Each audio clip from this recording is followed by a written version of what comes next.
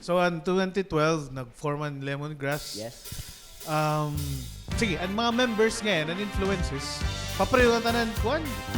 Lahat ba't Meron naman. reggae? Kay RG Sige, muna. sila. Actually, ano kami, You started out as a guitarist o baka drummer naman o dancer? gitarista Gitarista. Gitarista. May banda kami. May banda kami. Anong tugtugan nyo? Yung... Mga Wow! Okay. Bridge Against the Machine. Pero yung vocalista iba? Yung lipot-angot, mabaw pagod. Di ko di rin mapapay ko nun. Okay. Okay. Sige, bitter na din ang mga panahon. How about Champ? Ano influence mo, Champ? Influence na, actually ako influence ko talaga. Beatles. Tapos, Dire mo manggod, bisan kung natitigang nga Beatles. Mga classic talaga. Tapos, iniwan mga panulay. Influence. Tapos yun, pare-pareho na kami. Okay. Kay Bagat Sax. K-pop kasi ako dati. Tsaka nag-dance ako. Di rayo. Kaya, hindi seryo yun, pare-pareho naman. Oh. Okay. Pero totoo, K-pop ako dati. Hindi, yung ano talaga namin is, kung akong tatanungin, yung genre kasi iba, lahat gusto ko. So, sa ano naman talaga, sa, parang yung sa genre na tinutugtog namin ngayon na reggae, kasi parang, una kasi naging project band namin to eh.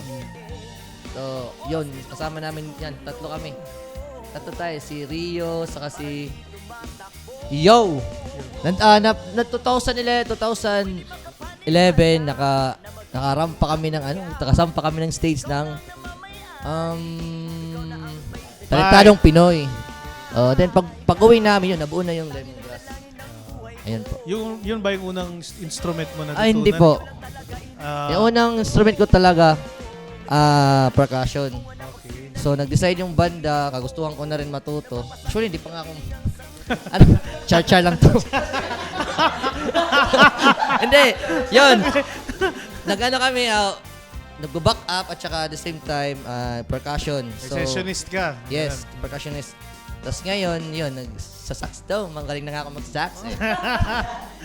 How do you sax? Anywhere!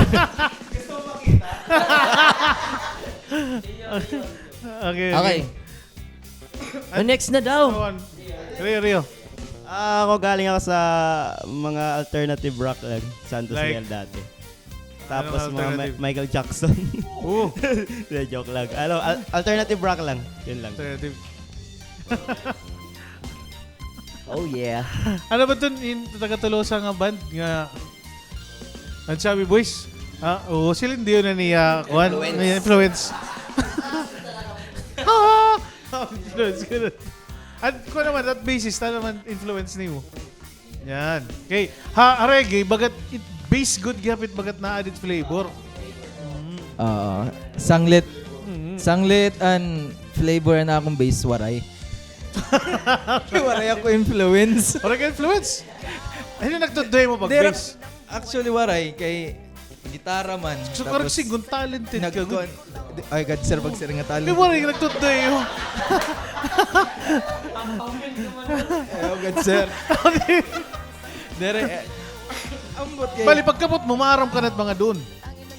Oo, elementary days, maaram na mag-gitara. Tapos, Wow. nakita ko bass, akong tito. So, bass. nag-start ka na yung paggitara. Mga pa-cute ba nga mga ginitarahan? Mga pa-cute nga tinambay. Tapos pag bass ko, diragad nga, maaram dayon. Kaya masakit nga ni Hakamot. Tapos, siya, diretso. Pero, So, saying na, in-love ka na la, bass. pero sana akong pag-laban na ako nasawa. Wow! Love you! Tutugutan ko rin. Tutugutan ko na ano. Ako makain. Tatlo kong kids. Yeah. Ano yung kuhan? Ano yung drummer? Ano influence mo, sir? Kakano ka nag-start pag drums? At sa Ungod upod ko man si Ralat at upat din sira RJ. It's pati si Champ. May banda kami talaga na rock So, band. drums ko na ni mo siya na tunan. Opo. Oh. Sa drums talaga nagtikang. Hino nagtutdoy mo? At kami lahat to. Di lang siya lahat sa aon. Oh. Ibaliwatan na, ibaliwat. Wala, may Nice. influence talaga mga sadto rock. Mga urban dub, Chico Side. Nice. Tapos nagkuhan kami, tirigog kami nga. Itong Greg na lang kami liwat. Para iba-iba na lahat ba? Okay, nice. At least nakilala niyo na yung banda na Lemongrass. Stilan nga. Hindi ako sanay mag-Tagalog. Ako, nakatugtog din kami sa Kalbayog. Pero yung naririnig ko talaga na sikat na banda ng Kalbayog, yung Lemongrass. Oo. Kahit anong... Putang Nakakataba ina, ng puso.